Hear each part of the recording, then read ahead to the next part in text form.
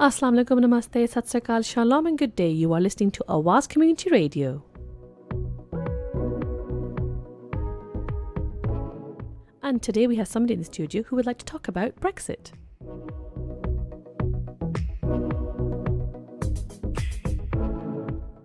Thank you for listening to Awaz Community Radio. My name is Saira, your host for today, and we have Mary in the studio. Hi, Mary. Hi. Thank you for coming in. I believe you are a very happy Brexiteer.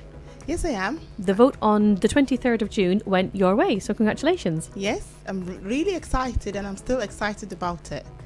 As we had a show recently on the radio where people were talking about why they had supported Remain, we'd like you to talk about why you support Brexit. So, going back to before the 23rd of June, what was going through your mind? Right, before the vote on the 23rd of June, I have listened to the arguments from both sides. I've listened to the Leave campaign, and I also listened to the Remain campaign, and I came to the conclusion that the best thing for Great Britain, is to leave the EU and take control of their economy, social and political lives, which is what Great Britain needs at the moment. And that was why I voted for Britain to leave the EU. Right, Mary. So can you tell us, was immigration a big issue for you? Because we're aware in the media, the Brexit side were making a big deal about immigration, and whilst the Remain side said it wasn't a big issue. Was that an issue when you were thinking of voting? Well, yes. That's one of the issues that, came into my mind. Britain remaining in the EU will definitely not give Great Britain the opportunity to control their border, and that's just one of the issues. And there are many issues, as well as immigration. There's economic aspect of it to it. So let's talk about immigration. Immigration is a big issue, and I think, in my opinion, the best thing for Britain to do is to leave the EU in terms of immigration, because we have so many people coming into this country. I'm not disputing the fact that people should come into this country. Anyone can live anywhere they want to live in the world, but there should be some sort of control. There's control for people outside the EU to come into the UK, and as well as that control is in place, there should be another control. Equal control for people coming into the UK from out within the EU as well. And I think everyone should be treated fairly in terms of immigration. There should be some sort of control for people coming from the EU as well as outside the EU, so that the non-Europeans coming into this country will not feel, being unfairly treated. Everyone will have the same control before they come into the country. Everyone will be checked, and the border control will be stronger. When Britain is in charge of its immigration rules and policies, the border will be very, very strong. They will have total control of how many people are coming in and how many are going out. But at the moment, it's like the border is open to the EU, and they can come in at any time and do whatever they want to do, which is absolutely unfair. The non-Europeans in this country needs to be listened to, because they're feeling really unfairly treated, seeing their counterparts coming from the European country just walking in freely, and they're being under strict control. I think it was unfair, and for that one reason and other reasons, as well as economic reasons, I voted strongly to leave the EU. I am not regretting it, and I will not regret it. Like I said, there are other reasons why I think why I voted for Britain to leave the EU. Great, thank you, Mary. Now, moving on past to 23rd of June, it arrived, and clearly we know that you voted to leave the European Union.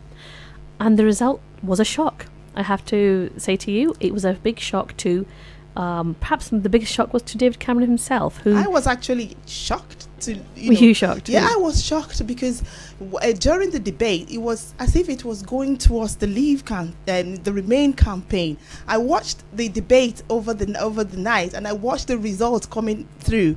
I didn't sleep that night because I needed to know what's going on, because I was so proud of myself to have voted Britain to leave the EU. So I was watching throughout the night, and at a point in time, was going towards the Remain campaign. But at the end, I was shocked to see that, the Leave campaign actually won, and I was happy about it. I was really excited, and that's one of the boxes ticked. I was really, really, really excited, and I never regret it. Britain will remain Britain. Britain will remain Great Britain, and it will continue to remain Great Britain, whether we are in the EU or not. And it really was democracy in action, and we have now got a new Prime Minister. How did you feel about David Cameron stepping down? As someone who voted for Brexit, do you think that was the right move? I think David Cameron was very brave to have, stepped down, because, at the end of the day, his aim was to keep Britain in the EU, and as he did not achieve his aim, he stepped down. I don't think it was a brave move for him to have done. You think that was fair, that we needed a leader who hadn't campaigned for remaining? Yeah, we need a leader. At that time, there was nobody to step into his shoes, and we need somebody to do it. Whether as we have voted to leave the EU, we need somebody to move the country forward, and for somebody who's for May to come into to take that position. It was a great move. It doesn't matter whether she was in the Leave campaign or not. As far as the agenda is still there, people have spoken, and she's sticking to what people have said. This is a democratic society, so it doesn't really matter to me whether she was in the Leave campaign before the election or not, as far as she's going to uphold people's decision. That's what matters to me. It's interesting you say that, because I know that it is a source of tension for some people who say they voted for Brexit and that the leader should have been someone who was pro-Brexit. However, as we know now, PM Theresa May has appointed 3 pro-Brexit people in key areas, such as we have the Foreign Secretary is Boris Johnson. We all know he was for Brexit. David Davis and Liam Fox. These 3 people are very pro-Brexit, and they are part of the team who will be dealing with negotiations. How do you feel about that?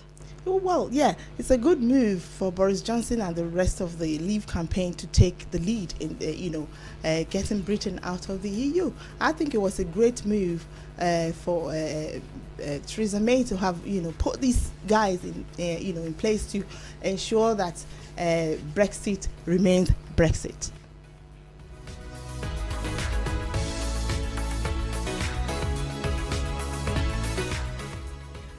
Now, shortly after the referendum result was announced, you'll recall that things went quite downhill very quickly for the economy. I don't know whether the economy as a whole, but we heard about the stocks going down, the currency going down.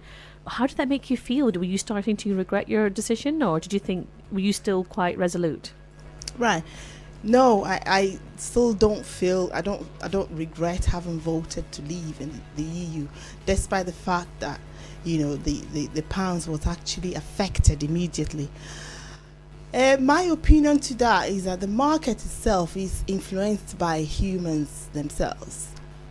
And I think over time, things will start changing, as we have started noticing now. The pound is getting stronger now, and there's a lot of changes in the economy. The British Tourism Department is making good progress now, and the construction industry is coming up as well. So what is permanent is change. Change is permanent in life. So definitely we will see some changes.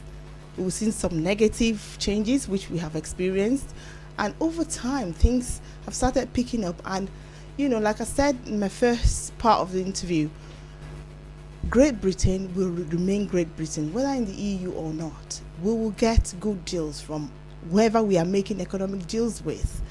We now have the control to choose who we trade with and who we do business with. What terms of business are we agreeing upon? If it suits us, we go ahead. If it doesn't, we are in control, and that's what Brexit is all about. So when we talk in terms of British pounds, devaluing, yeah, we have some negativities to it, but at the same time, we have some positive aspects of it. And in no time, things will get better. And we're already seeing a recovery on that front. I think that was a short-term reaction to the result, because as it was a shock for you and a shock for all the markets around the world. Definitely. And now we are heading towards we've had the summer break. The Prime Minister and the MPs are all back in the House of Commons, and I guess the big topic is, when will Article 50 be triggered? If you were in charge, Mary, if you had the chance to press the button, when would you do it? I will take my time, because it's a great decision. It's a big decision to take on behalf of the nation.